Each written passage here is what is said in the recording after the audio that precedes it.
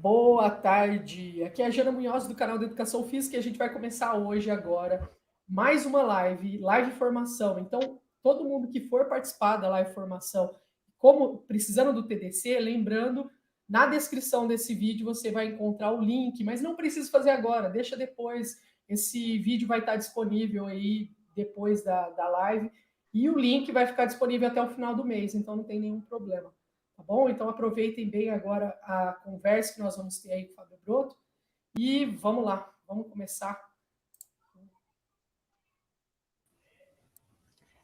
Bem, boa tarde, eu sou a Joyce, professora da EME Roberto Afonso Pontes. Vim aqui hoje para a gente poder continuar a nossa conversa com o professor Fábio Broto, e hoje a gente vai enfatizar um pouquinho mais na pedagogia da cooperação. Então, sejam todos e todas bem-vindos aí para a nossa live. Obrigada pela presença. Olá, pessoal, boa tarde. Eu sou a Amanda, professora também aqui da Rede de Ribeirão Preto. Trabalho em 3 escolas, na educação infantil e ensino fundamental. É um prazer estar aqui com vocês novamente, poder continuar a nossa conversa, que foi tão gostosa, né? Todo mundo ficou tão tranquilo, foi muito agradável. Eu espero que esse papo continue na mesma perspectiva do anterior, tá bom? Obrigada por tudo.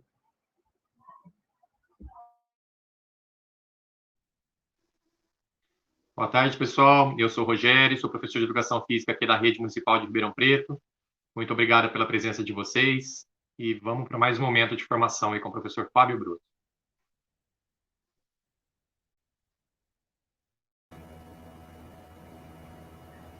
Gente, eu estou aqui de volta, a gente brincou até com a ideia de jogos cooperativos ou retorno. E muito agradecido e feliz aí por essa nova oportunidade, a gente está batendo bola juntos, né, conversando um pouco mais a respeito desse tema associado aos jogos cooperativos. Então, gratidão pela oportunidade e feliz de estar entrando em campo com vocês novamente, né? Fábio, para a gente começar, acho que estávamos todas e todos ansiosos, né, com o seu retorno, porque foi tão edificante a última conversa, saiu todo mundo tão bem, tão tranquilo, e acho que também fazendo uma reflexão sobre a gente, né? E como nós enfatizamos muito a ideia da cultura de paz, hoje nós achamos interessante, até como eram jogos cooperativos o retorno, né, falarmos um pouco da pedagogia da cooperação, que nós sabemos também que os jogos cooperativos contemplam, né, ele está dentro dessa pedagogia. Então, para a gente começar, queríamos saber se o senhor pode relembrar um pouquinho os princípios que fundamentam a pedagogia da cooperação, o da coexistência, da convivência, da cooperação e da comunidade, e falar um pouquinho sobre eles, mas entrelaçando até com a nossa formação humana, né? Porque quando a gente trabalha isso, às vezes a gente fala, não, eu quero desenvolver cooperação na aula e tudo mais, né, tal, mas esquece que esses princípios são fundamentais também para a nossa formação enquanto ser humano. Então, olhar para né, olhar para nossas práticas pedagógicas é também olhar para a formação do ser humano e da sociedade que nós queremos. Então, se o senhor puder começar falando um pouquinho sobre esses elementos fundamentais, esses princípios, né, nós agradecemos bastante. Claro, Joyce. Eu sempre, assim, desde o encontro passado, me encanta muito como vocês se dedicam, né, a esse círculo de conversas, né? Eu sempre que, na vez passada e agora, já chego com essa sensação, puxa, o pessoal, né, sabe do que está falando, né? E o que eu vou dizer a mais do que isso, né? Então, eu fico muito encantado e admirado com a dedicação de vocês, né?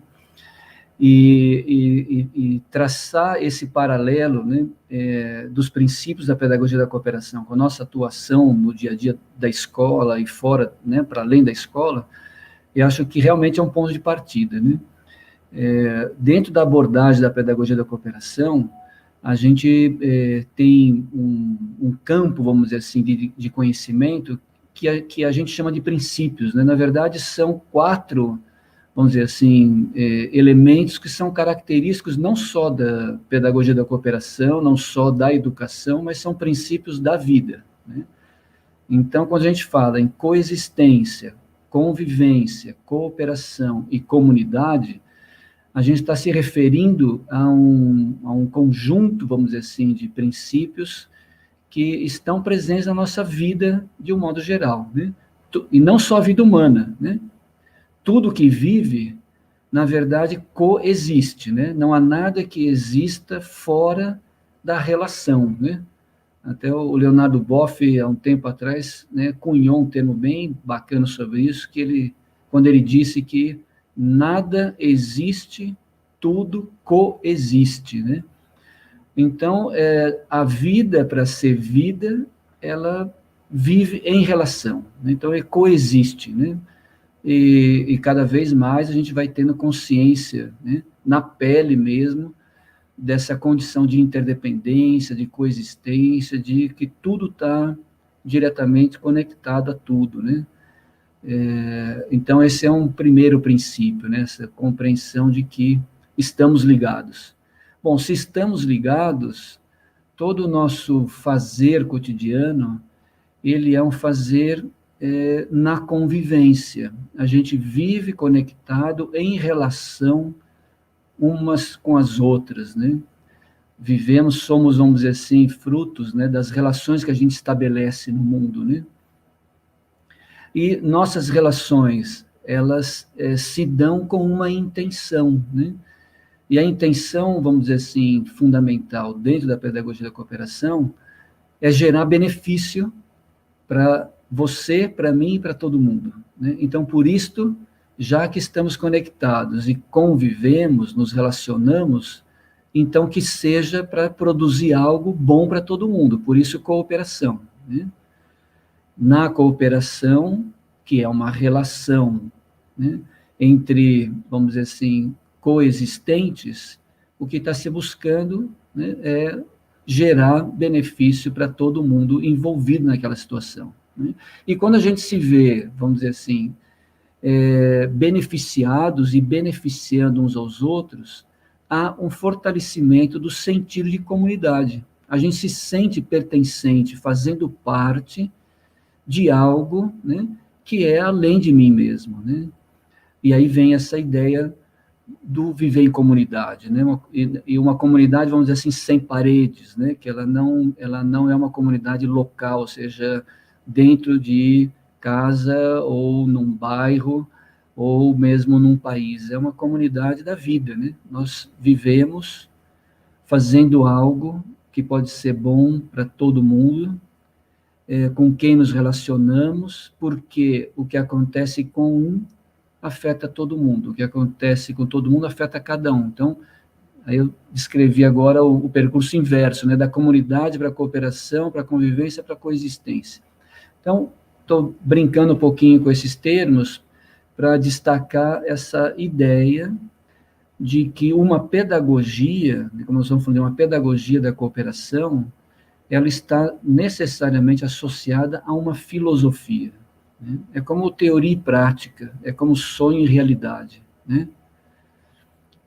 E por isso é bem legal a gente ter clareza de quais são os princípios, de qual é a visão de mundo, qual é a tese, né? Qual é o sonho que está inspirando essa pedagogia, né? Lembrando que a pedagogia é um caminhar, né? Um caminho que a gente percorre para ensinar e aprender algo ao longo do caminho. Então, nós estamos casando, quando falamos dos princípios, nós estamos casando com esse caminhar que a pedagogia propõe em seguida, né? Ai, professor, senhor... Desculpa, Amanda, deixa eu só complementar, é que o senhor tocou num ponto, né? Eu fico muito mexida com tudo que vem à tona, dessa relação da teoria e prática, né? Que a gente fala tanto dessa dicotomia e fragmentamos isso tanto no dia a dia, e o senhor mostra, né, que ao falar da pedagogia da cooperação, não tem como ter essa desconexão, né? Essa fragmentação, porque se pauta pela filosofia do que a gente quer. Então, não adianta eu querer ensinar um jogo cooperativo, né, tendo pressupostos que não dialogam com isso, né, ou mesmo que eu não tenha consciência do que eu estou ensinando, eu tenho que ter para saber qual é a linha que eu quero formar essa criança, essa pessoa que passa ao fazer essa prática ou esse jogo cooperativo comigo, por exemplo. Mas obrigada por lembrar disso. Desculpa, Amanda. Perfeito, Joyce. Diga, Amanda. Não, e eu tenho pensado o quanto que a gente não reflexão, né, do por que a gente está na docência, qual que é a concepção de homem que a gente quer formar, qual que a gente quer, né? E é tão fundamental isso, é primordial a gente sair da graduação, por exemplo, com esse pensamento, porque dependendo da nossa concepção, a gente vai ter outras atitudes, né? E o pior, às vezes a gente tem uma intenção de uma sociedade ideal, mas a gente não tem essa consciência e as nossas práticas acabam indo contra o que a gente quer, né? Ou reforçando coisas que a gente gostaria de mudar. Então, aí, pensando em tudo isso, como a gente consegue entender os processos e os procedimentos da pedagogia da cooperação? Como que a gente coloca isso em prática? Como que a gente consegue mobilizar, né, a escola, os nossos pares, ou a prática mesmo, né, começando por nós, a gente consegue colocar essa pedagogia em prática? Bom, eu esperava que vocês me dessem essas respostas, né? E colocar em prática, vocês são muito mais eficientes, né, do que eu tenho sido. E até por isso a gente começou a desenhar um pouco mais o que seria, então, a pedagogia dessa filosofia, né, como colocar a cooperação enquanto filosofia, como estilo de vida, como sonho, como teoria, né, na prática, né? E aí a gente começou a mapear, né, ao longo dos últimos 15 anos, né, a pedagogia da cooperação, ela nasce dessa observação do que é que acontece em diferentes grupos, na escola, nas empresas, nas comunidades, nas famílias, né, nos governos, né, na nossa vida social, o que acontece nesses ambientes como boas práticas que levam a uma cultura de cooperação naqueles ambientes, né? Aí, então, a gente começou a reconhecer, além dos princípios, quais eram os recursos que esses ambientes, esses grupos, vamos dizer assim, desenvolviam, lançavam mão e que ajudava a promover cooperação, né?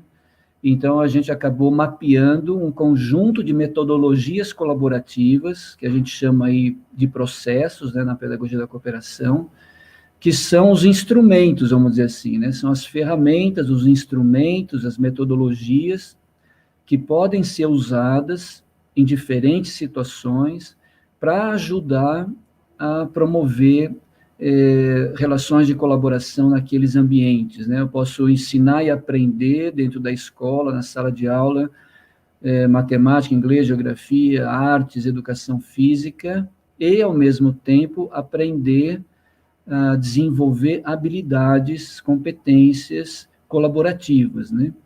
Para isso, eu preciso de uma ferramenta, um instrumento, um método apropriado, né? Metodologias apropriadas, né? E aí, então, nós estamos falando de jogos cooperativos, né, de danças circulares, de comunicação não violenta, diálogo, né, tecnologias de conversação diversas, né, como o Word Café, Open Space, metodologias de projetos colaborativos, né, como o Design Thinking, Dragon Dreaming, né, enfim, hoje em dia, no mundo todo, nós temos acesso a um conjunto muito grande e potente de metodologias colaborativas, o que há 10 anos atrás era ainda muito incipiente, hoje, né, fica até difícil escolher qual delas eu quero usar em cada momento, né? Então, Amanda, a ideia dos processos, né, é essa equivalência a recursos que eu vou utilizar para desenvolver a colaboração em determinado ambiente, né? E os procedimentos é como eu uso essas metodologias, né? Há um tempo atrás, numa oficina de jogos cooperativos com um grupo de educadores de uma cidade no litoral de São Paulo, Era uma oficina de 3 dias, ali para o segundo, para o terceiro dia da oficina, o grupo, uma grande parte do grupo falou, mas Fábio, isso que você está propondo aqui não funciona, na escola não dá certo, né? E ali eles estavam falando da dança das cadeiras cooperativa, né? Que vocês conhecem muito bem. E aí, antes de eu responder, um professor pede a palavra e fala, gente, na minha escola funcionou. Aí todo mundo se espantou, né? E aí eu falei, mas professor, então conta para nós, né? E aí ele começou a contar, e no final da história dele, ele contou que o jogo da dança das cadeiras funcionou na escola dele depois de 6 meses, né? Ele começou a trabalhar vamos dizer assim, uma desconstrução do jogo tradicional com a molecada, né, incentivando as crianças a refletir sobre a experiência tradicional, convencional, descobrir o que podia mudar, propor mudanças, experimentar mudanças. Aí, quando chegou, depois de 6 meses, a turma jogou o jogo que a gente tinha feito na oficina, né, num laboratório de curto tempo. Então, aí entram os procedimentos, porque a pessoa pode falar, mas não funciona a cooperação na escola. Aí eu tenho brincado com a ideia, talvez não funcione você, né? O jogo funciona, quem não está funcionando direito sou eu que didaticamente estou falhando, né? Às vezes eu quero colocar um jogo que, né, para um grupo de adolescentes que tem pouquíssima experiência com atividades cooperativas e achar que de uma hora para outra a turma vai sair cooperando, né, e adorando o jogo, né? Isso é um processo. Então, eu estou usando o jogo cooperativo, pegando esse exemplo, eu estou usando o jogo cooperativo como um processo da pedagogia da cooperação, né? É uma metodologia, é uma ferramenta, um instrumento, vamos dizer assim, usando de uma maneira apropriada. Eu vou começar a colocar o jogo a partir, né, da reflexão crítica, criativa, que a turma vai fazendo e descobrindo maneiras de transformar a experiência que eles já têm, até chegar no jogo que eu nem preciso propor, que o grupo vai chegar nisto, né? Então, eu estou usando um procedimento, quer dizer, esse procedimento que eu estou sinalizando, a gente chama na pedagogia da cooperação de ensinagem cooperativa. Que procedimento é esse, né? A gente propõe a experiência, então, podemos fazer o jogo, né, de futebol na turma, jogamos o jogo de futebol clássico, depois convidamos a turma para refletir sobre o jogo e reconhecer, né, o que não foi legal. Professora, eu não gostei tanto do jogo porque eu não recebi a bola, eu não chutei nenhuma vez para o gol, né? Gente, então, da próxima vez que a gente for jogar, que mudança a gente pode propor para que todo mundo tenha uma experiência de pegar na bola e poder chutar para o gol? Esse é o nosso desafio para a próxima aula, né? Pensem aí, criem, próxima aula, a gente parte disso, experimentamos as ideias e vamos checando. Então, a gente convida para experimentar, convida para refletir sobre a experiência, ao refletir sobre a experiência, né, compartilhar possibilidades de transformação na atividade para propiciar transformação em quem está jogando, né? Corremos o risco de experimentar, né, constatar que mudanças estão havendo e assim seguir esse ciclo de vivência, tomada de consciência, compartilhar o que a gente descobriu nessa reflexão e nos arriscar a experimentar fazer diferente. Esse é um procedimento, né? Processo de ensino-aprendizagem cooperativa que a gente procura utilizar, né? E só um outro exemplo, Amanda, assim, de procedimento é o que a gente chama do mais simples para o mais complexo, né? Ou seja, propor atividades, inicialmente as mais simples, mais possíveis para todo o grupo, né, para gradativamente incluir níveis de experiência, né, mais complexos, que permita com que todo o grupo avance, né, respeitando as diferenças, né, pessoais, e assim, gradativamente, nós vamos oferecendo experiências cada vez mais complexas. A gente vai colocando desafio sobre desafio, né? Às vezes o que acontece é que eu pego um jogo que é muito legal, né, ou uma experiência, né, vou dizer assim, fantástica que eu vivi numa aula de música e quero colocar essa experiência já de cara para todo mundo. Aí a coisa não vai bem, porque nem todo mundo está pronto para aquilo. A gente fala, não funciona. O que não funciona é o procedimento que eu estou adotando. Eu preciso dar um passinho atrás e propor algo. Sabe aquela coisa do mínimo múltiplo comum que tem na matemática, né? A gente vai diminuindo assim a complexidade da experiência até chegar num ponto onde seja possível para todo mundo. Aí a gente parte dali e vamos avançando. Então, é esse conjunto aí, Amanda, de processos e procedimentos, né, que a gente está entrelaçando, né?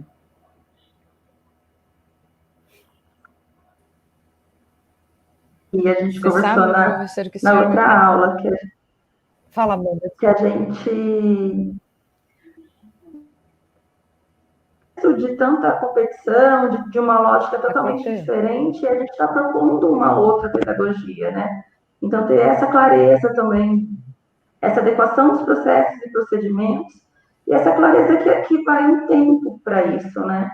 E a gente persistir, é nisso que a gente acredita, né? Eu acho que é por aí mesmo, Amanda. Tem uma combinação de persistência e paciência. Por que essa combinação é importante, ela é poderosa, né? Porque qualquer mudança não está nas nossas mãos. Eu não sei quando vai mudar. Eu não sei se vai mudar. O que eu, como educador, educadora, preciso saber é que se esse é o caminho que eu quero tomar para a minha vida. Né? Se o jogo cooperativo vai funcionar, se a pedagogia da cooperação vai promover mudança, isso eu não sei. O que eu sei é que esse é o caminho que eu estou tomando para a minha vida, e ao tomar para a minha vida, eu vou ser desafiado a encontrar quais são, né, as alternativas, as soluções para que eu possa continuar no caminho. É um caminho que não é para o outro, né? Não é para a gente mudar a molecada na escola, não é para mudar a escola, não é para mudar a sociedade, nem é para mudar o mundo. É simplesmente o caminho que eu escolhi para viver. E se esse é o caminho que eu escolhi para viver, eu vou dar um jeito, porque eu quero viver nesse caminho que eu escolhi. Então, acho que persistência e paciência, né, para ir ajudando a encontrar o passo mais apropriado para a gente no caminho, né? E é um caminhar que ele é, vamos dizer assim, sistêmico, complexo, caótico, né? Ele não é uma linha reta que a gente vai dando passinho por passinho, vai chegando lá, né? A gente vai 2, volta 5, né? Tropeça e cai, fica lá um tempo parado, enfim. Mas você mantém, assim, essa é a direção, né? Esse é o caminho que eu estou escolhendo, né? Agora, quanto mais clareza eu tiver, vamos dizer assim, dos elementos, das condições que podem ser reunidas para esse caminhar ser mais apropriado, melhor. Por isso uma pedagogia, né? Por isso a gente está numa pedagogia da cooperação, né? E para a pedagogia da cooperação, a gente está juntando elementos, que são elementos teóricos, né? Como a gente relaciona aí com os princípios, são elementos pedagógicos, práticos, né? Que tem a ver com os processos, os procedimentos, as práticas da pedagogia. A gente vai juntando isso para poder ter uma caminhada mais, vamos dizer assim, sustentável, né? O João Bosco coloca para a gente aqui no chat que o futebol calerreiro, ele caminha bastante nessa linha da pedagogia da cooperação, né?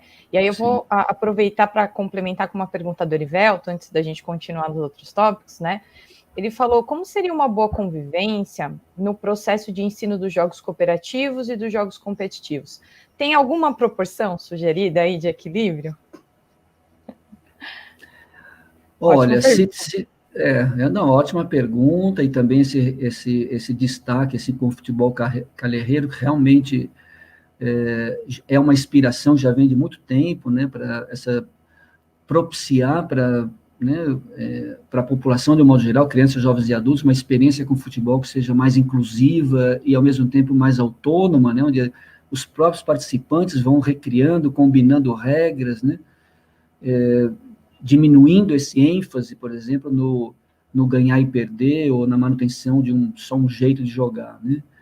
E acho que isso leva para esse segundo ponto que foi trazido aqui, que é, assim, se tem uma proporção ideal, eu não sei, entre jogos cooperativos e jogos competitivos. O que eu estou percebendo é que quando a gente está propondo, quer dizer, assim, não, eu vou falar de uma experiência pessoal, não vejo nenhum problema em propiciar educação, vamos dizer assim, desenvolvimento humano, através de jogos competitivos e através de jogos cooperativos.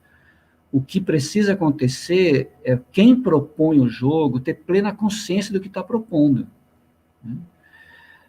Se eu quero propor na escola o esporte, qualquer que seja ele, eu preciso ter consciência desse esporte que eu estou propondo, como eu estou propondo, para que eu estou propondo, né, para quem eu estou propondo, né? Porque eu posso ensinar, né, propiciar um ambiente de ensino-aprendizagem, né, de valores, de competências, né, humanas fundamentais, através do esporte, assim como através de qualquer outra experiência humana. O que muitas vezes acontece é que há uma proposição, vamos dizer assim, talvez incompleta ou inadequada, que leva aquela experiência a não ser tão, vamos dizer assim, pedagogicamente apropriada, porque ela acaba mais excluindo do que incluindo. Eu acho que esse é um ponto, vamos dizer assim, talvez é um indicador bacana da gente ter sempre em mente, como vocês naturalmente têm, que é se aquilo que eu estou propondo mais exclui ou mais inclui. Né?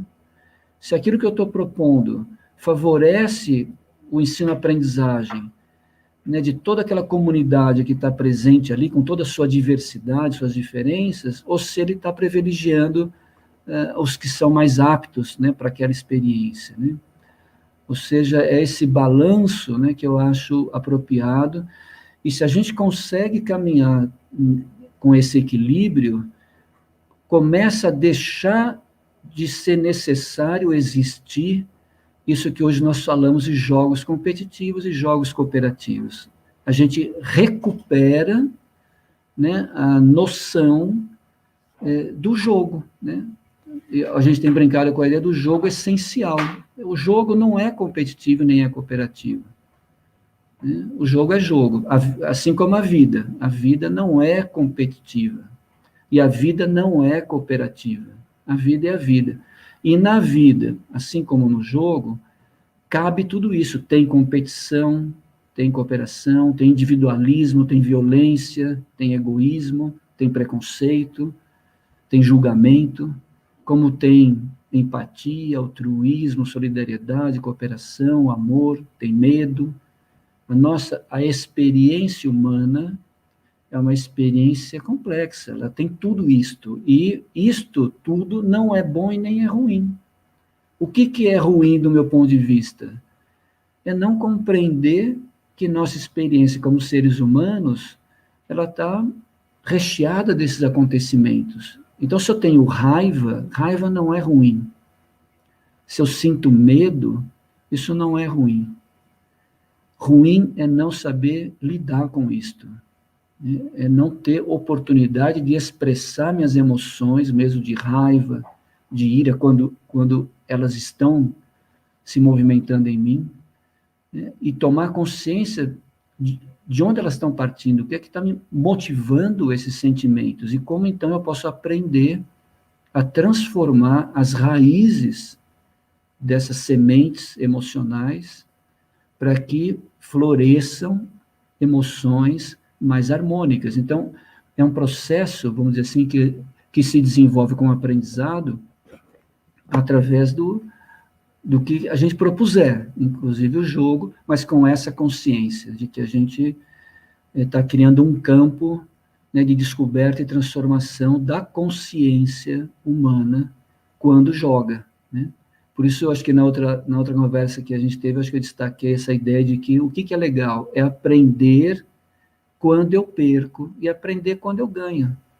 Se eu aprendo quando eu perco e se eu aprendo quando eu ganho, eu não estou enfatizando o ganhar e o perder. Eu estou enfatizando o aprender. Então, ok ter experiências onde eu perca, desde que eu seja suficientemente apoiado a aprender quando isso acontece, né? O que muitas vezes não ocorre, né? E veja, não é só quando eu proponho um jogo competitivo. Quando eu proponho um jogo cooperativo, muitas vezes também eu proponho um jogo cooperativo sem essa clareza, eu também não estou ajudando muito, né? Porque talvez o jogo cooperativo, tal, ou seja, todo mundo ganhou, ninguém perdeu, tá? Mas o que a gente aprende quando isso acontece, né? Enfim, desculpa me estender nesse tema, mas a pergunta foi muito apropriada, agradeço aí por isso. Não, é que o senhor me fez até lembrar de uma época que eu estava na escola, rapidinho, né, no Jardim Ângela, e lá é uma comunidade muito Ô, Joyce, só me esclarece, você ficou rapidinho Paulo, na né? escola, é isso? E aí estavam... Não, é rapidinho só a fala, né? Se não toma muito tempo. E estávamos trabalhando com essa dança das cadeiras adaptadas, só que com marco, né? E aí, ao invés de ser cooperativo, começou a dar maior briga. Os alunos brigando para entrar no arco, um empurrava o outro chutava. Falei, gente, o que está acontecendo, né?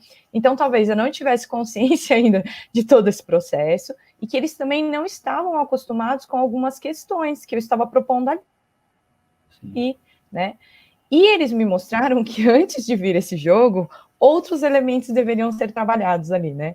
Do saber ouvir, do trabalhar coletivamente, do compreender o outro, né? Então, assim, eles me deram vários elementos ali que nós tivemos que trabalhar no decorrer das aulas, para que depois eles pudessem fazer a atividade com consciência sobre aquilo e do porquê nós estávamos fazendo aquele jogo cooperativo. Perfeito. Então, foi muito engraçado a hora que o senhor falou, eu falei, gente, olha, eu fiz essa cagadinha, né? E hoje talvez fizesse diferente, né? Não, mas isso é muito legal, eu vivi isso muitas vezes também, e só recentemente eu comecei também a me tocar. A gente tem um ditado na pedagogia da cooperação que fala, quando você é cooperativo, até um pedregulho é um mestre, né? Ou seja, quando eu estou aberto para aprender, todo acontecimento está recheado de ensinamento, se eu estiver aberto para aprender. Então, por exemplo, é muito comum a gente achar que, por exemplo, esse jogo que você falou, que a gente fala, poxa, não funcionou, né? A gente erramos, né? Fiz uma cagadinha, como você falou. Quando na verdade, né, aquilo que aconteceu no jogo está recheado de ensinamentos, a gente vai lá para aprender. O objetivo pedagógico não é fazer o jogo dar certo, quer ser jogo cooperativo, competitivo, qualquer atividade, é, através daquela experiência, do jeito que ela aconteceu, a gente extrair ensinamento. Isso é vamos dizer assim, um valor na pedagogia da cooperação muito especial, porque, vejam, nessa linguagem do jogo, né, da ludicidade, né, a única certeza que se tem é da incerteza, é da imprevisibilidade. É jogo porque a gente não consegue controlar, né? Se tem controle, se você sabe qual vai ser o resultado, já não é mais jogo, saiu do campo da ludicidade, né? Começou a ser outra coisa. Então, se nós estamos no campo do lúdico, é certo que não vai acontecer do jeito que a gente estava prevendo. E isso é muito legal, desde que a gente esteja aberto para isso, né? Para essas surpresinhas aí. Gente, ok, agora paramos todo mundo, acabou, agora, gente, o que a gente aprendeu? O que nós estamos aprendendo quando isso acontece, né? E ao aprender isso que a gente está aprendendo, quando a gente for jogar uma próxima vez, que mudanças a gente vai poder fazer na nossa maneira de jogar? Não é mexer no jogo, mas é mexer na minha maneira de ver e de viver o jogo, né? É muito legal isso, Joyce, viu? A gente tenta controlar tudo o tempo todo, né? É muito louco. Eu vejo na minha fala, a hora que o senhor falou, eu falei, nossa, realmente, a gente tem que saber respeitar o tempo e a compreensão dos fatos. Fala, Amanda, desculpa. Posso emendar? Pode. Depois tem uma pergunta da Ada lá. Vai lá. Vai, Rogério, pode falar.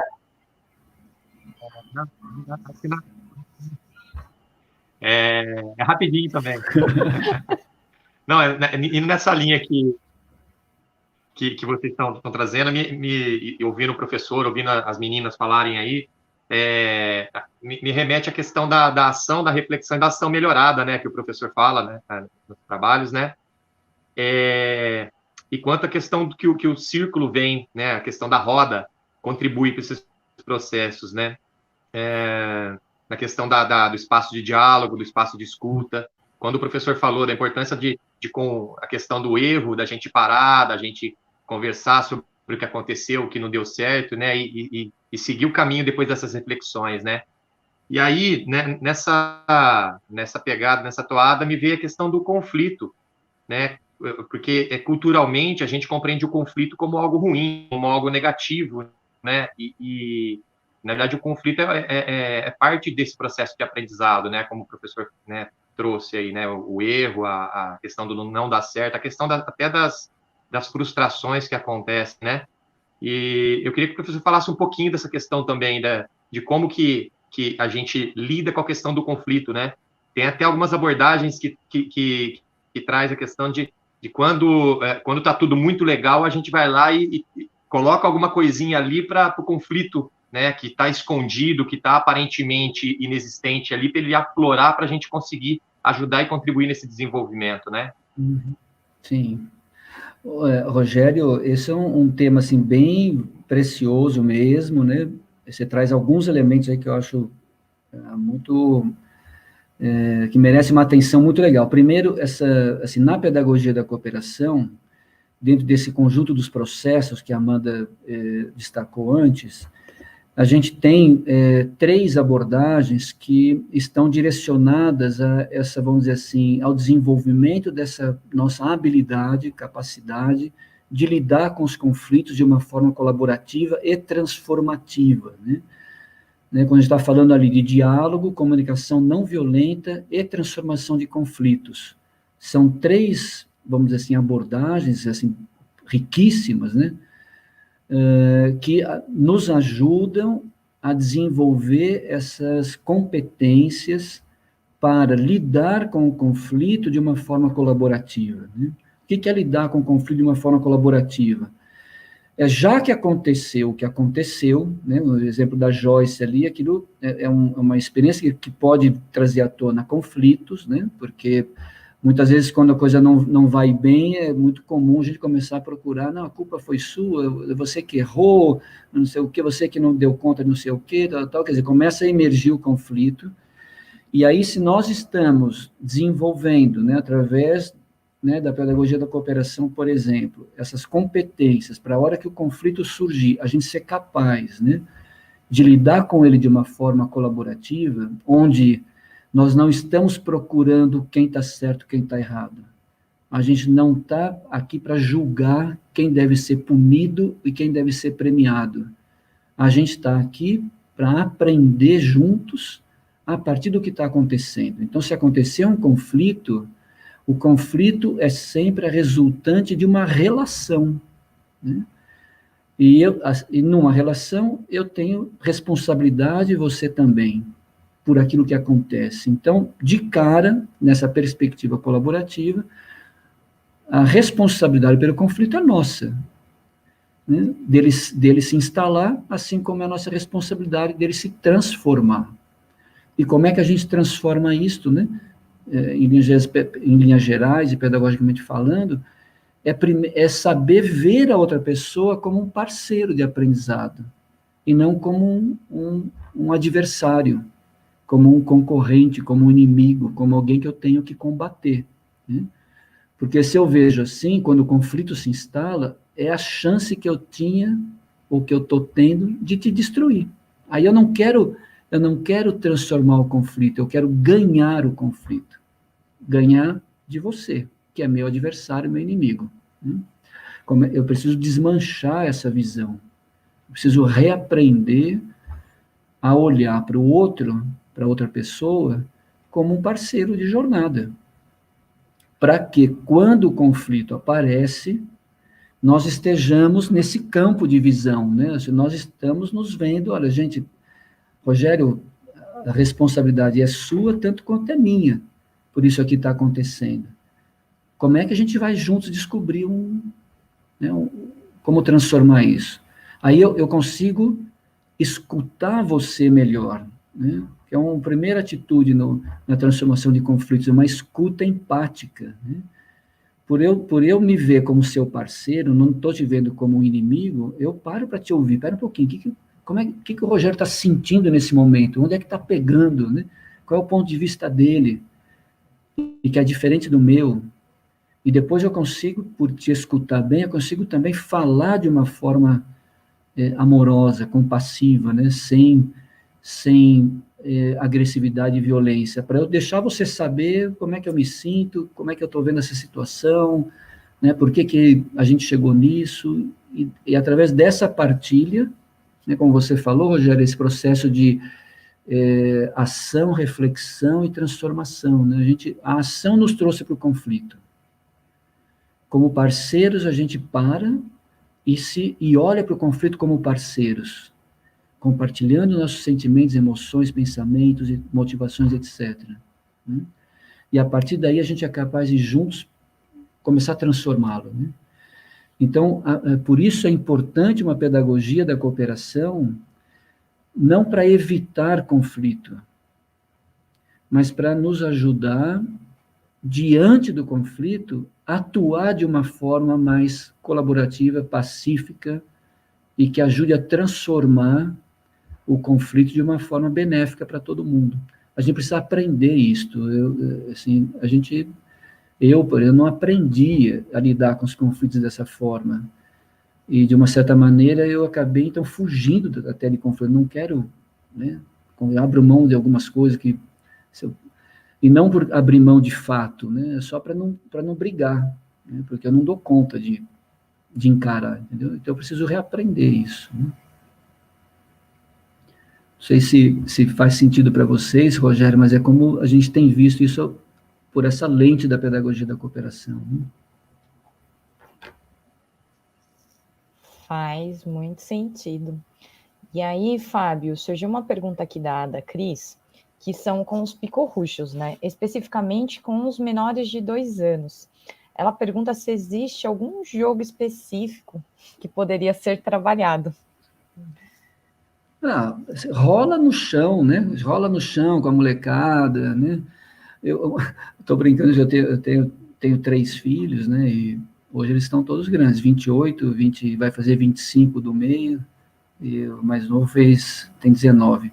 Mas nessa faixa etária, né? Claro que há muitas atividades, né? Jogos organizados para essa faixa etária, mas, de um modo geral, do meu ponto de vista, né, o que é bastante adequado é estabelecer relações, né, com as crianças de uma forma colaborativa. Né? Então, muitas vezes, assim, a gente acaba incorrendo em proposições que acirram determinados comportamentos, mesmo em crianças, né, menores, como você está falando, Ada, de 2 anos, muito mais pela visão que a gente tem de uma forma, vamos dizer assim, uma visão incompleta ou parcial do desenvolvimento infantil, que leva a gente a propor situações que são desnecessárias. O que eu quero dizer com isso? Assim, há muito tempo vem se pesquisando, né, essa questão de competição e cooperação, e grande parte das pesquisas tem procurado entender em que momento do nosso desenvolvimento a gente passa a ser mais competitivo, mais cooperativo, etc.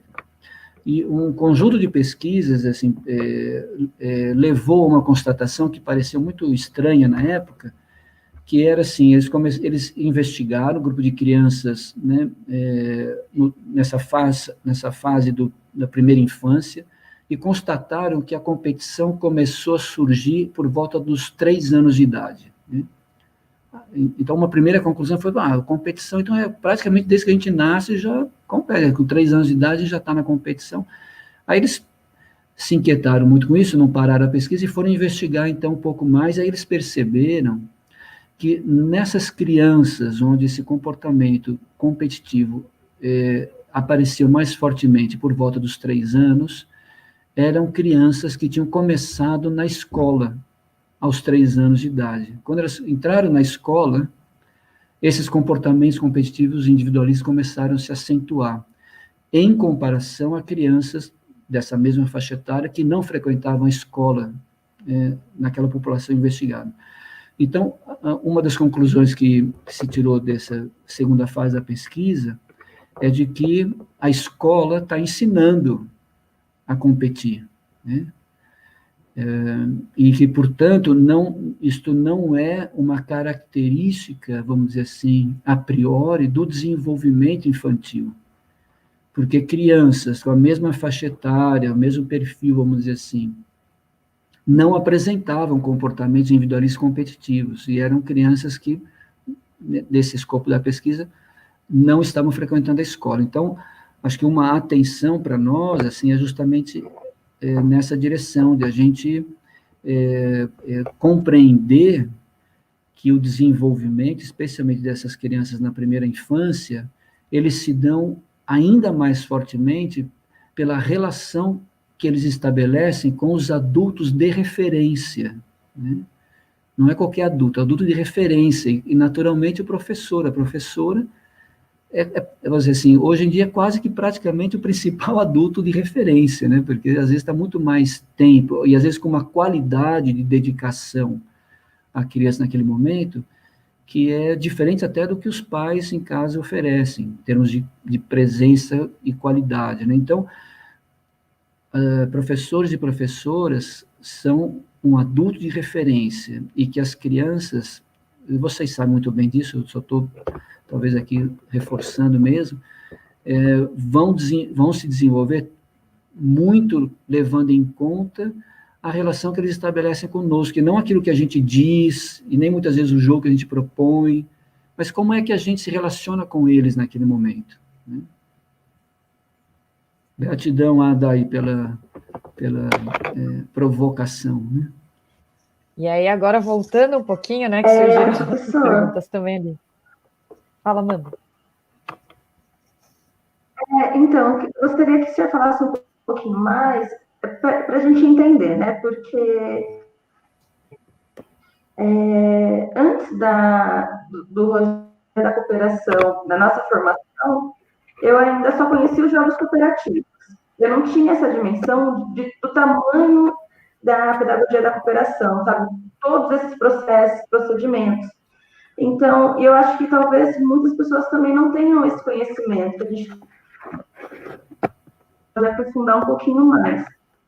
Então, eu gostaria que você falasse da prática, né?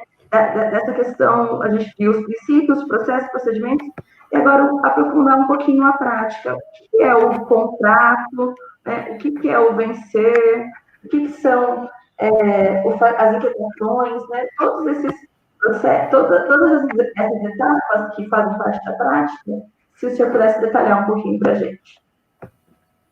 Com prazer, Amanda. Eu só diria, então, que nós já precisamos programar, assim, um retorno do retorno do retorno.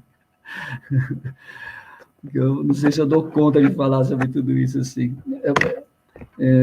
Então, assim, uma coisa que é muito legal, Amanda, no que você está trazendo, é esse convite mesmo para a prática, né? Ok, a gente, assim, todo esse conjunto que a pedagogia da cooperação mapeou e está mapeando, né?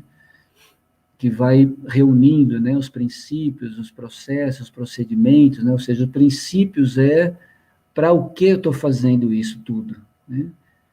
Qual é o propósito, né? Então, por isso a gente tem 4 princípios aí que regem esse propósito, né? Quando a gente está falando dos processos, ok, com que eu posso desenvolver esses processos, né? Esses propósitos, esses princípios, né? Através de que caminhos, né? De que ferramentas. Os procedimentos vão dizer, então, de que maneira eu uso esses processos para realizar esses propósitos. E as práticas da pedagogia da cooperação, então, como é que eu vivo isto no dia a dia, né? E a gente, então, mapeou 7 práticas, né? Que aí é como se fosse, assim, isto que está na ponta, vamos dizer assim, da pedagogia da cooperação, você está mais perto da nossa atuação no dia a dia dentro da escola e em outros ambientes, né, de relações humanas, né? Quais são as práticas que a gente procura oferecer para que as pessoas desenvolvam competências colaborativas para solucionar problemas, transformar conflitos, realizar metas, alcançar objetivos, gerando benefício para todo mundo. Como que a gente faz isso na prática, né? Então, a gente observando, como eu disse, diferentes experiências, diferentes lugares, com diferentes grupos, a gente chegou numa primeira prática, né, que se apresentou como uma boa prática nesses ambientes muito diversos. E a primeira prática é fazer contato, e a competência, cada prática está associada a uma competência, e a competência dessa primeira prática, do fazer contato, é saber se conectar. Então, na aula que eu estou propondo, eu estou criando um ambiente para que as pessoas estabeleçam relações, conexões umas com as outras, de uma forma genuína, onde todo mundo se sinta bem-vindo do jeito que está, do jeito que é, né? E a gente pegar o exemplo da aula, chegando na hora que chegar, né? Não tem esse chegar atrasado. A pessoa chega na hora que ela chega, aí ela chegou. E agora veja, se eu estou chegando atrasado, e aí abro a porta da classe, quando ela está aberta ainda, vamos dizer assim, ou da quadra, né? E quando eu entro, eu sou advertido, eu sou punido, a minha sensação é de que eu não sou bem-vindo, e às vezes eu me esforcei tanto para chegar na hora, mas por vários acontecimentos eu cheguei depois, e a resposta que eu recebo é uma resposta de afastamento, né? Muitas vezes, no grupo do qual eu faço parte, por falar alguma coisa que é muito diferente do que os outros estão falando, eu sou mal visto, né? Como é que eu me sinto quando isso acontece? Então, a primeira prática da pedagogia da cooperação está tentando criar um ambiente onde cada pessoa se sinta bem-vinda, do jeito que ela é, do jeito que ela está, né, por aquilo que ela faz ou deixa de fazer, né? Às vezes muitas pessoas falam, Fábio, aquele moleque que ficou na arquibancada assistindo a aula o tempo todo, não entrou no jogo, ele não está participando, né? Isso não é cooperação. Eu falo, não sei, né? Até eu saber quais as motivações pelas quais esse jovem deixou de jogar, eu não posso dizer se ele está ou não sendo cooperativo. O que eu posso fazer é criar condições para me aproximar dele e ele de mim, para a gente se conectar, saber o que está acontecendo, né? Então, essa é a primeira prática, ajudar a gente a criar um ambiente onde todo mundo é bem-vindo, se sente bem-vindo, né? Sendo quem é. Bom, se eu me sinto bem-vindo e vocês também, né, nesse ambiente onde a gente está se reunindo, a segunda prática é a gente saber cuidar uns dos outros, é estabelecer contrato, né? Ou seja, como a gente pode se cuidar durante o tempo que a gente estiver junto, quer seja na aula, quer seja naquele bimestre na escola, quer seja em toda a nossa vida enquanto a gente estiver junto. E para eu saber cuidar de você e você cuidar de mim, eu preciso saber do que você precisa para você se sentir bem, né? E você precisa saber do que eu preciso para eu me sentir bem. E quando a gente, então, diz para o outro e para a outra o que eu preciso para me sentir bem, né, que pode ser, olha, para eu me sentir bem, eu preciso que você fique olhando nos meus olhos enquanto eu estiver falando, isso me dá uma sensação de bem-estar, que você está ligado em mim, né? Aí a Amanda pode falar, olha, para eu me sentir bem, eu preciso que o Fábio fale um pouco menos, porque ele começa a falar, ele fala demais, né? Ou seja, a gente vai compartilhando nossas necessidades, nossos pedidos, para a gente se sentir bem. Aí a gente reúne tudo isso.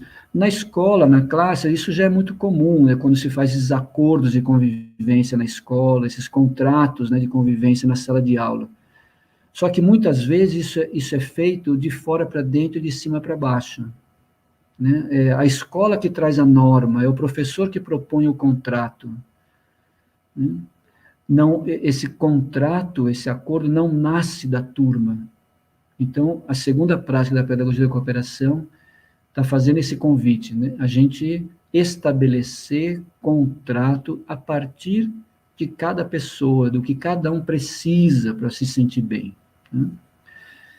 Bom, se a gente está conectado e se cuidando bem, a gente vai para a terceira prática, que é compartilhar nossas inquieta ações. Ou seja, quais são as ações que estão quietinhas dentro de mim, né? Inquieta ações. Que se eu não falar, se eu não deixar você saber, você não vai saber, né? Tudo que está acontecendo aqui dentro de mim. Né?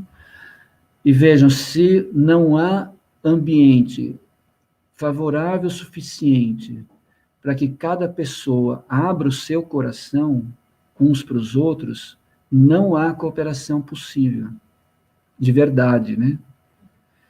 Porque o que a terceira prática aí está propondo para nós? Ele está propondo uma atitude nossa que é muito sensível, né?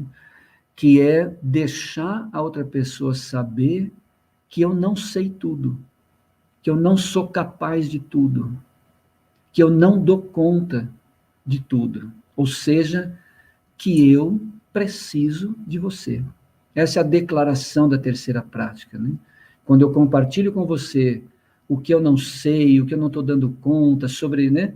Imagina que nós estamos numa aula de português, onde o desafio é fazer uma poesia, né? E eu não sou capaz de fazer isso. Por alguma razão, eu não consegui desenvolver essa habilidade ainda, e se eu não tiver um ambiente favorável para poder dizer para vocês, né, uns para os outros, gente, eu não sei. E ao declarar isso, não ser visto como um inferior, como um incapaz, que é menos valioso do que aquele que sabe. Né?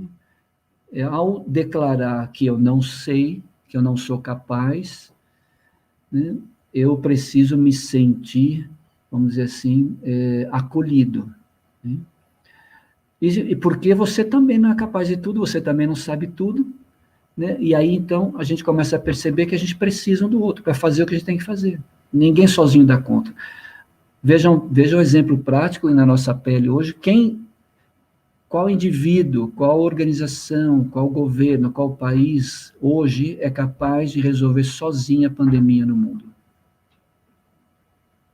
Ou na sua própria casa? Né? Todos nós hoje estamos vivendo na pele esses 4 princípios da pedagogia da cooperação. Né? Nós estamos nos afetando diretamente, assim, com mais clareza, porque isso acontece o tempo todo, nesse mundo de interdependência. Só que agora a gente está com isso mais na flor da pele. E talvez fique mais fácil a gente perceber que, por mais poder que alguém tenha, por mais inteligência que alguém possua, por mais recurso que se tenha, sozinho ninguém dá conta. Por isso a terceira prática da pedagogia da cooperação está ajudando a gente a lembrar disso. E a desenvolver a habilidade de saber compartilhar. Saber compartilhar tanto aquilo que eu não sei, do que eu não sou capaz, como também os recursos que eu tenho, as capacidades que eu tenho. Né? Essas são as 3 primeiras práticas, Amanda. Né? Fazer contato, né? Estabelecer contrato, compartilhar inquietações, que ativam, né, na gente 3 competências. Né? Saber se conectar, saber cuidar e saber compartilhar. Aí abro um espaço aqui para ouvir um pouco vocês, a turma que está aí, senão eu vou estendendo assim nas 7 práticas e não paro mais. Não, tá muito legal. Tá muito legal. O senhor vai falando, eu já fico pensando o que eu faço com os meus picorruchos lá de 4, 5 anos. Tem muito professor aqui de educação infantil, né? Eu vi vários colocando, eles perguntam como que eu posso trabalhar os jogos cooperativos na educação infantil, né? Se é importante trabalhar com esses princípios desde cedo para auxiliar na formação deles como uma formação global e etc, né? Eles estão muito inquietos perguntando sobre isso. E o que o senhor acha? Vou até tirar acho o casaco sim, aqui depois dessa. O que o senhor acha? Ainda faltaram as outras. Falei que a gente vai ter que fazer outra live para complementar esses elementos da prática pedagógica aqui. Eu fiquei curiosa. Mas só para... Porque quando o senhor fala, dá uma outra interpretação. Você olha e você fala, nossa, é mesmo, olha, eu não pensei nisso, faltou pensar nisso, faltou esse elemento. Né? Como não está tudo nas nossas mãos, né? Como é um trabalho realmente coletivo. E como nós precisamos aprender a ser coletivo para que isso se estenda pela escola como um todo, né? E talvez pela própria rede, né? Porque é um medo tão grande de perda de poder, parece, né? Eu estou pensando em governo, escola, professor e tudo mais, né? Que isso se reverbera. Mas é um medo tão grande de perder o poder que a gente esquece que temos que compartilhar e que é o coletivo que vai trazer a resposta, né? Não nós impondo. E isso tem acontecido aí em diversas instâncias, até aqui em Ribeirão Preto mesmo. Então, é um exercício muito importante para a gente. Jorge, sem dúvida, né? E acho que, se a gente pensar, por exemplo, nesse momento agora da escola, né, que é, assim, desse volta, não volta, e volta de que jeito, e volta com que foco, né, com que propósito, né? Muitos educadores têm refletido sobre isso e colocando no centro dessa questão esse cuidado, né, com a pessoa, né, que está voltando para a escola, né? Não somente com os conteúdos que a gente está perdendo, com o letivo, os dias que nós vamos ter que recuperar, mas essa dimensão do acolhimento na escola nesse momento, né? Porque, como você falou, ninguém sabe exatamente o que está acontecendo na vida de cada pessoa, de cada criança, de cada jovem, de cada família, né?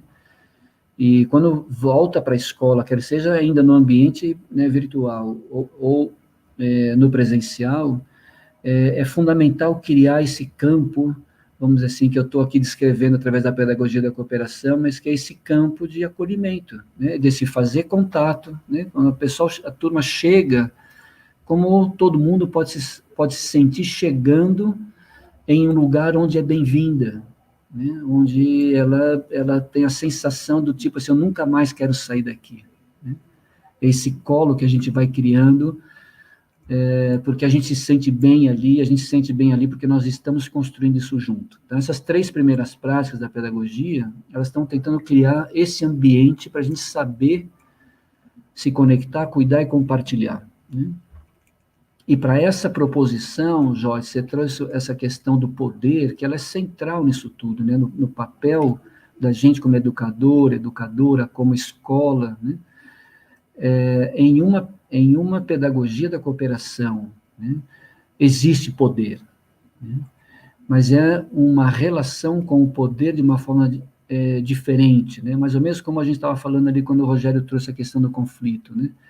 Muitas vezes eu vou usar um pouco o gestual que você usou, Jorge, assim, o poder, assim, da gente, né, manter a coisa dentro da mão, né, eu tenho aqui uma chave do carro da minha esposa, então, o poder é eu manter aquilo que eu tenho comigo, assim, não abro mão disto, né, e vou usar esse poder para me empoderar sobre você, sobre o outro, né. E aí quando eu começo a perceber que mesmo com tudo isso eu não sou capaz, eu não dou conta, bate o medo. E aí, diante do medo, a tendência é eu fechar mais ainda, me distanciar de você. E quando eu me fecho, me distancio, eu te vejo menos. E começo a acreditar que você é uma ameaça. E eu vou me fechando e vou te atacando, né? Essa é a dinâmica do medo e que faz a gente reter. Agora, o que acontece, por exemplo, nessa situação, se eu abrir mão, essa chave vai cair, eu vou perder, né? E talvez o que esse momento esteja nos convidando a viver é trazer aquilo que a gente está guardando tanto, a gente botar à disposição de todo mundo. Está aqui, está sobre a minha mão, né? Eu não perco, mas eu abro para todo mundo, né? Então, aquilo que eu trago, né? Ele cria um campo para a gente compartilhar sem perder, né? O poder na pedagogia da cooperação é essa habilidade de a gente colocar tudo que a gente é, tudo que eu tenho, a serviço do bem comum. Agora, para fazer isto, eu preciso confiar em você, porque eu não vou abrir se eu não confiar. Por isso, a quarta prática da pedagogia da cooperação é fortalecer alianças e parcerias, é saber confiar. E veja, saber confiar, porque confiança se desenvolve. Eu não confio em vocês assim do nada e vocês não confiam em mim de qualquer jeito. E da mesma maneira, quando a gente confia, ela não se mantém para sempre. A gente precisa cultivar. Então, a quarta prática da pedagogia é ajudar a gente a cultivar essas habilidades de confiança para a gente poder, de fato, compartilhar os nossos tesouros, né? Aquilo que a gente traz com a gente mesmo, como um valor, como um recurso, como uma sabedoria, como uma experiência, né? Não tem aquele ditado que fala, a gente não entrega o ouro para o bandido, né?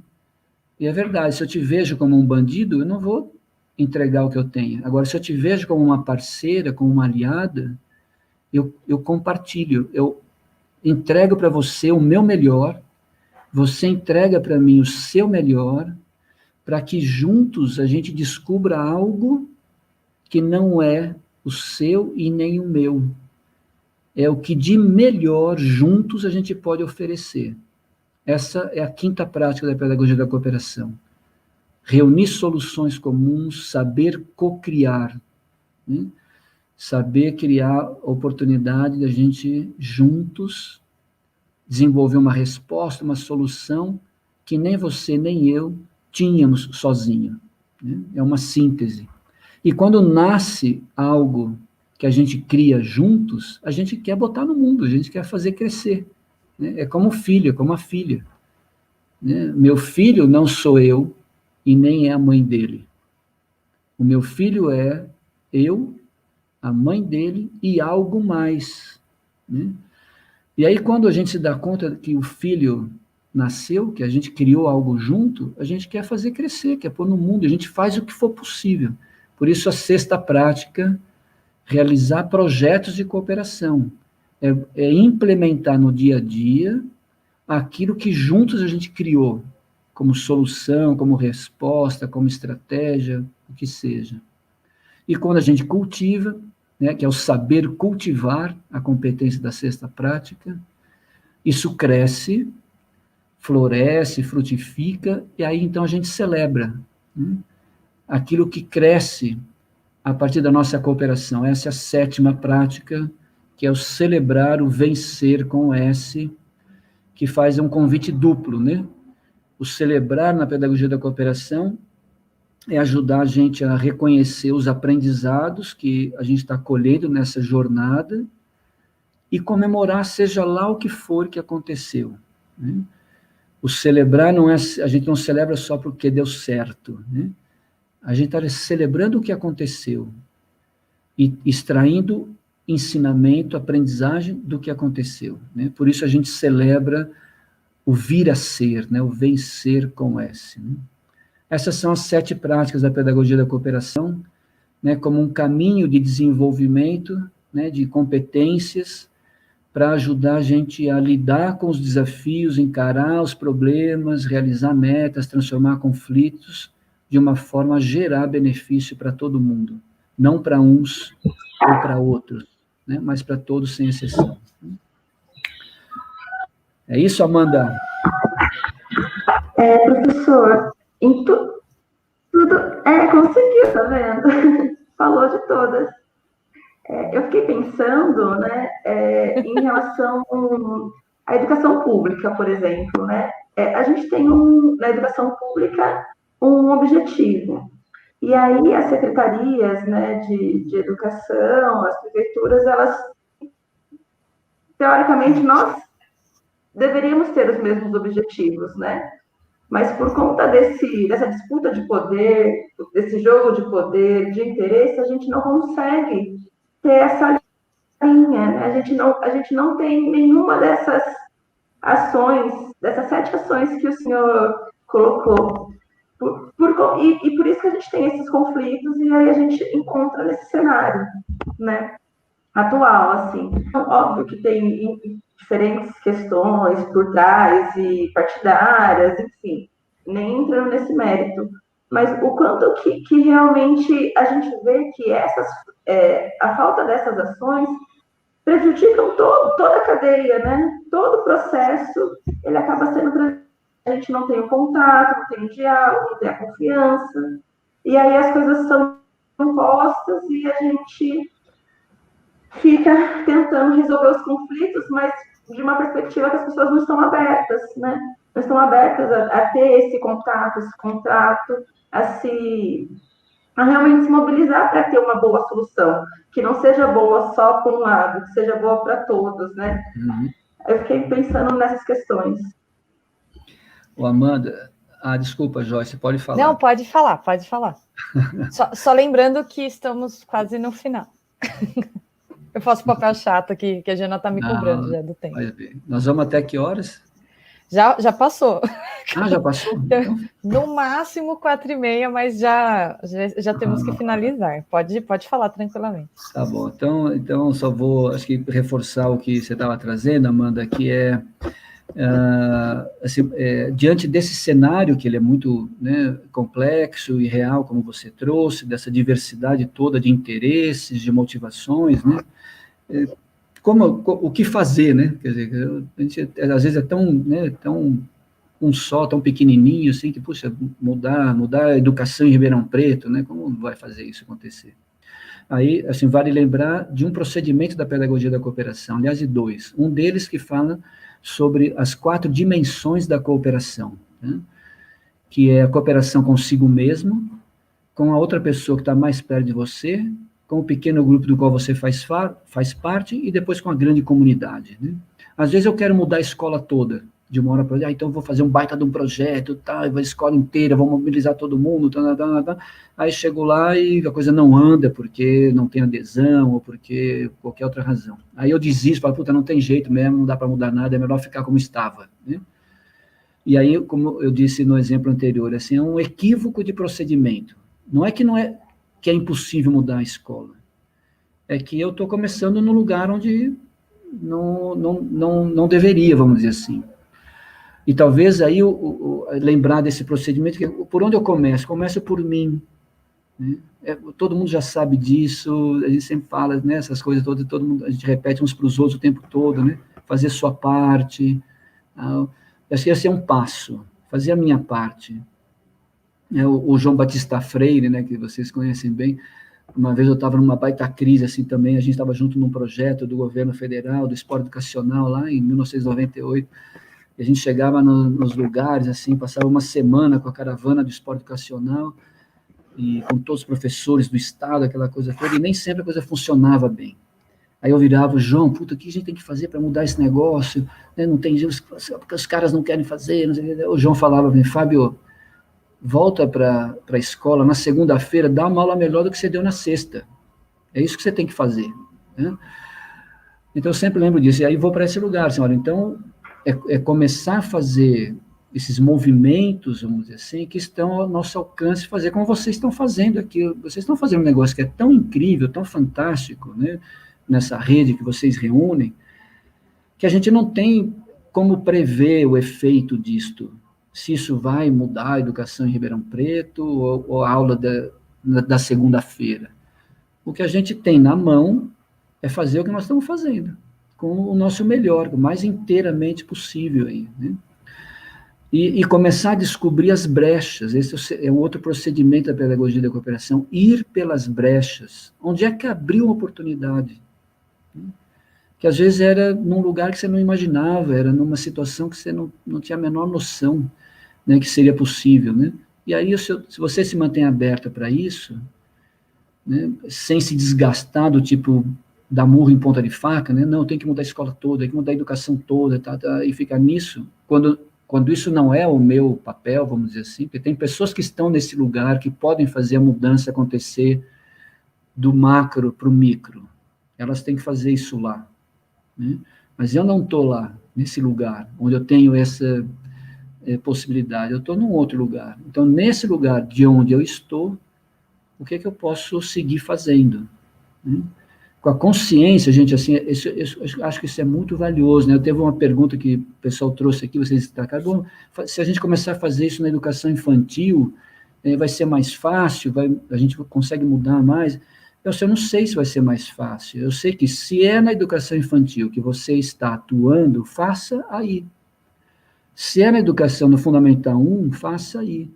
Se é no 2, faz aí, se é no ensino médio, se é no ensino superior, se é na Secretaria de Educação, se é onde quer que você esteja, faça inteiramente o que você tem a fazer, aonde você está, com quem você está, durante o tempo que você estiver aí.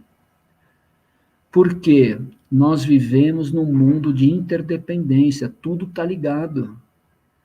E as transformações acontecem a partir dessas relações, né? Essa ideia mesmo de uma rede, cada um de nós é o nozinho, e não há, vamos dizer assim, necessidade de se preocupar em fazer aquilo que não é a minha parte a ser feita, né? O que eu preciso manter é manter a minha ação coerente com aquilo que eu acredito, encarando os desafios que se apresentam na trilha, sem perder a direção, mas tendo jogo de cintura, flexibilidade para encontrar outros jeitos, sabendo que eu estou nesse universo de interdependência. O que eu fizer aqui afeta todo mundo, todo o universo.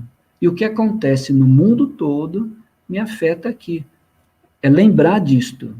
Este é um fato, essa é uma condição da existência, esse é um princípio da pedagogia da cooperação, esse é um princípio da vida. E isso pode ajudar a gente a se acalmar um pouco, gente. Sabe, assim, acalmar-se, tirar a pressão. O que vocês estão fazendo é grandioso, é fantástico.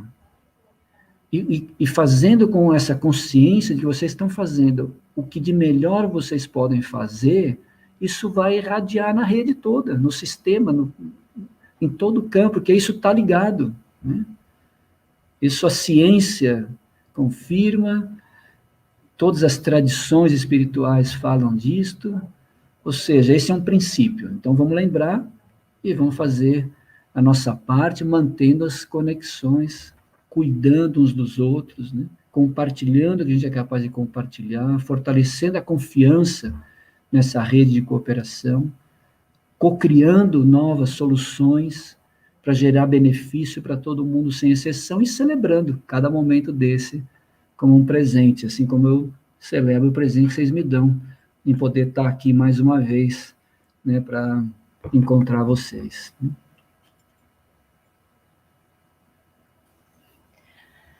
Bem, aquela assim, professor, olha, cada live, cada conversa, né, é um ensinamento tão grande que, nossa, eu espero, acho que não só eu, nós esperamos conseguir fazer 1% do que está sendo falado, proposto, discutido, mas acho que o grande recado que o senhor deixa para a gente hoje, né, é que nós possamos fazer contato, estabelecer contrato, ter espaço para as nossas inquietações, formar alianças e parcerias, quem sabe assim consigamos aí visualizar algumas soluções para que projetos futuros aconteçam, né, e que a gente possa celebrar junto e vencer conjuntamente, né? Eu acho que é uma fala nossa enquanto seres humanos para essa sociedade, enquanto os docentes aqui da rede de Ribeirão Preto, que a Secretaria saiba também que todas essas nossas reivindicações são para que a gente tenha uma fala coletiva, conjunta e possa trabalhar coletivamente, né? E que essas lives, né, nós temos, eu sei que tem um poder muito grande aqui, mas que a gente possa compartilhar um pouquinho as nossas vozes e que possa ajudar outros docentes, assim como tem nos ajudado a participar de todo esse processo. Então, a única coisa que eu tenho que dizer para o senhor, gratidão pura, gratidão mesmo, de coração, eu tenho aprendido muito, e eu espero que assim que nós voltarmos para a escola, a minha prática ela seja extremamente renovadora possível, né, e acolhedora nesses momentos tão tensos. Então, professor, gratidão mesmo, e eu vou pedir para os colegas se despedirem também, porque a gente já estourou o tempo.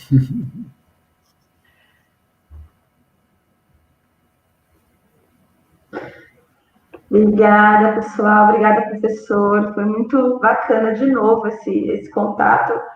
Tomara que tenha Jogos Cooperativos 3 no retorno, porque tem muitas coisas, né, para a gente realmente pensar e refletir, assim, né? A gente conseguiu ver que tem outra possibilidade, né? Então, acho que é muito válido quando você coloca que, olha, vocês têm uma infinidade de caminhos, né? Cabe cada um escolher o seu. E aí eu fico muito agradecida da gente poder amplificar isso, né? Mostrar isso, assim, fazer isso para outras pessoas. E olha, gente, a gente tem outra perspectiva, né? Eu e o Rogério, a gente se conheceu esse ano. E a gente se encontrou porque a gente tem a mesma perspectiva de educação, né? Então, a gente já viu que a gente pode ali, um com o outro, contar, né? A Joyce, a Jana, então, tentar fazer essas lives é uma forma de promover isso, né? De falar, olha, gente, tem outras possibilidades. E aí, cada um vai se encontrar na que melhor te representa, na melhor que faz mais sentido, né? Não sendo daquelas questões de que sociedade eu quero, que ser humano eu quero. Então, estou muito agradecida, foi muito bacana a nossa tarde. Muito obrigada por estar aqui com a gente. Muito obrigada para as pessoas que estão nos assistindo e as que vão nos assistir depois, que vai ficar gravado. Então, foi muito bacana. Esqueci de agradecer a todo o pessoal que participou aí. Obrigada, gratidão. Voltem mais vezes.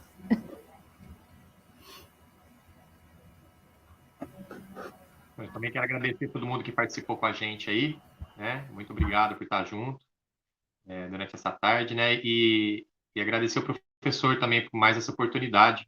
É muito bom ouvir o senhor falar, é engrandecedor, é inspirador, viu? Muito obrigado.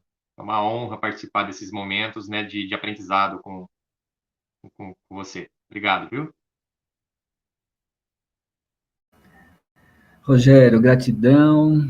Joyce, Amanda, Jana, toda essa equipe, né, que mantém esse canal vivo, né, e toda essa comunidade que se reúne, né, em torno de vocês, criando esse momento e momentos como esse para a gente poder compartilhar nossas aprendizagens, né. Quero deixar aqui dois, assim, talvez destaques, que nós estamos agora finalizando a produção do livro da Pedagogia da Cooperação, então, agora para o final do mês aí, nós já vamos começar uma campanha de divulgação dessa obra, que está sendo escrita por 30 pessoas, são 30 especialistas aí que estão compondo essa obra e que acho que vai merecer um Jogos Cooperativos, o retorno do retorno, né? E deixar também, né, vocês falaram desses encontros com os semelhantes, com os diferentes, né, também deixar o convite aberto mais uma vez aqui para quem, né, quiser acompanhar o trabalho do Projeto Cooperação, tem nosso site, estamos nas redes sociais, Instagram, Facebook, canal do YouTube, etc. E eu também, né, me sinto muito honrado de poder receber a companhia de vocês nas redes sociais, para a gente manter essa conexão, trocando ideias, experiências, boas notícias, né? E se juntando para encarar os desafios que estão no presente e os que virão também. Gente, obrigado a todo mundo. Só queria finalizar aqui e lembrar para o pessoal, quem ainda, agora que está terminando, para entrar lá, pegar o link na descrição desse vídeo para preencher aí sobre o TDC. Então, isso é só para os professores da Rede Municipal de Ribeirão Preto, tá, gente? Quem não é, por favor, não entre lá para não dar confusão. Mas, então, muito obrigada por todos vocês. A primeira vez que eu cheguei para você, Broto, e falei, vamos fazer a live, eu cheguei para você e falei, uma live, mas pode ser 2, pode ser 3, a gente já está na segunda, você já está falando retorno do retorno. Eu estou olhando e falando, nossa, são coisas que a gente vai construindo também, né? Mas muito obrigada mesmo. E obrigada a todo mundo que está assistindo. E a semana que vem tem mais live aqui no canal com... Nossa, é muita coisa. Tem um sobre o TIC, tem o Scaglia, que vai vir aqui também, que é bem interessante para a área de educação física. A gente vai ter aí algumas lives bem interessantes. Vai ter sobre EJA no dia 18, que eu ainda não comecei a divulgar, mas que é uma das coisas que a gente quer estar trazendo para o debate, né? Não pode esquecer da EJA, não pode esquecer da educação infantil, que é uma coisa que às vezes na educação física vai ficando para trás. Obrigada a todo mundo e tchau para todos. A gente vai ficando por aqui.